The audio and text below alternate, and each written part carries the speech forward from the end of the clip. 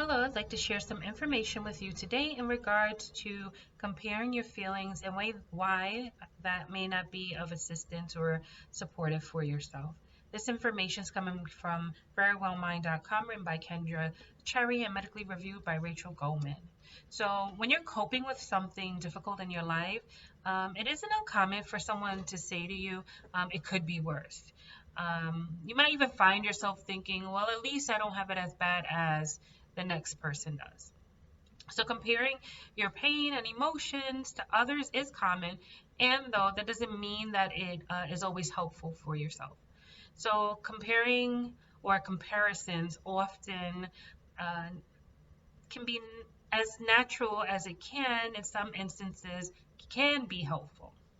So in other cases, comparisons can stifle growth, prevent self-compassion, and even make it a little more difficult to empathize with other people.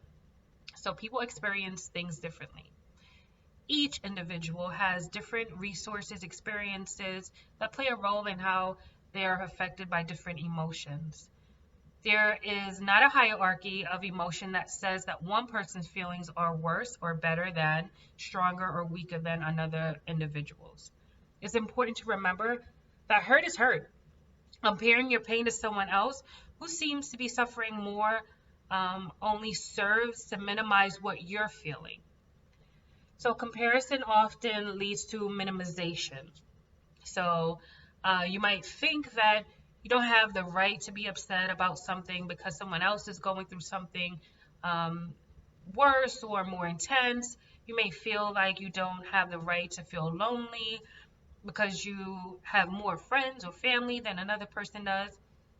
But someone else's experiences does not negate your own. And in some cases, comparison or comparing those feelings is a way to minimize your own experience.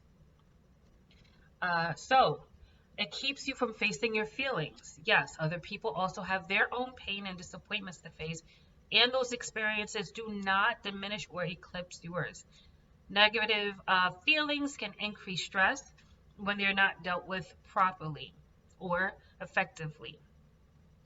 So they can also tell you um, that something needs to change and or motivate you to make a positive change in your life.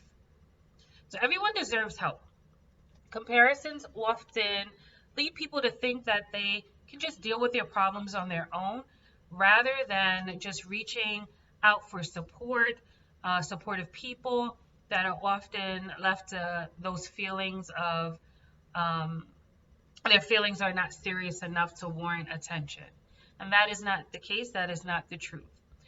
So a person that is experiencing um, uh, depression, sadness, withdrawal, it definitely will be of assistance to receive some supportive services. So that means that in some cases, comparisons can lead to avoiding your problems rather than finding ways to address them better or more effectively. You deserve support and help, and I would definitely suggest you speaking to a mental health provider.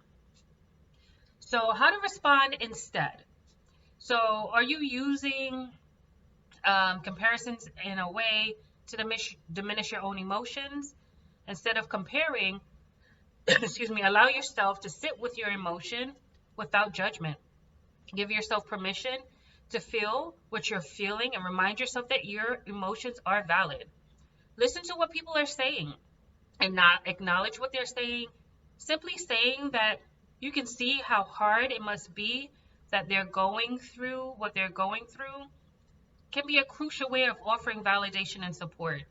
Lean on others, but don't feel the need to minimize your struggle and compare your problems to that other person.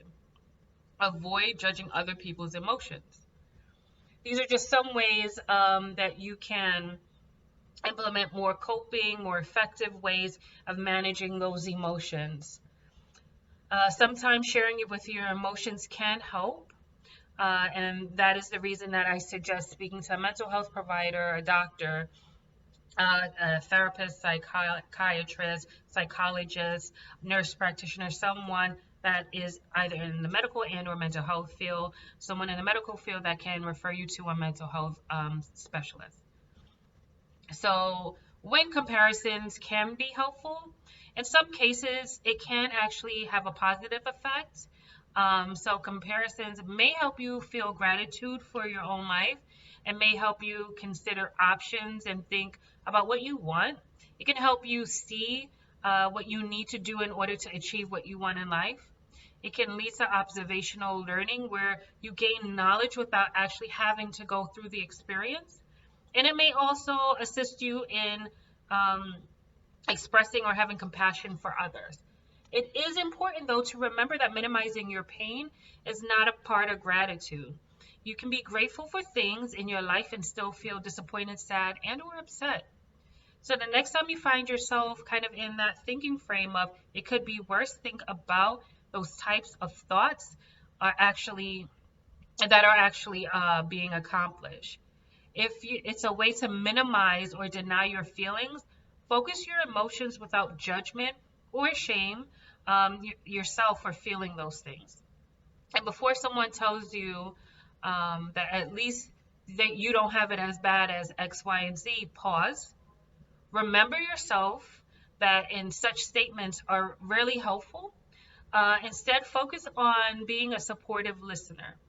So I hope this information was of assistance for you today, and I hope you enjoy the remainder of your day.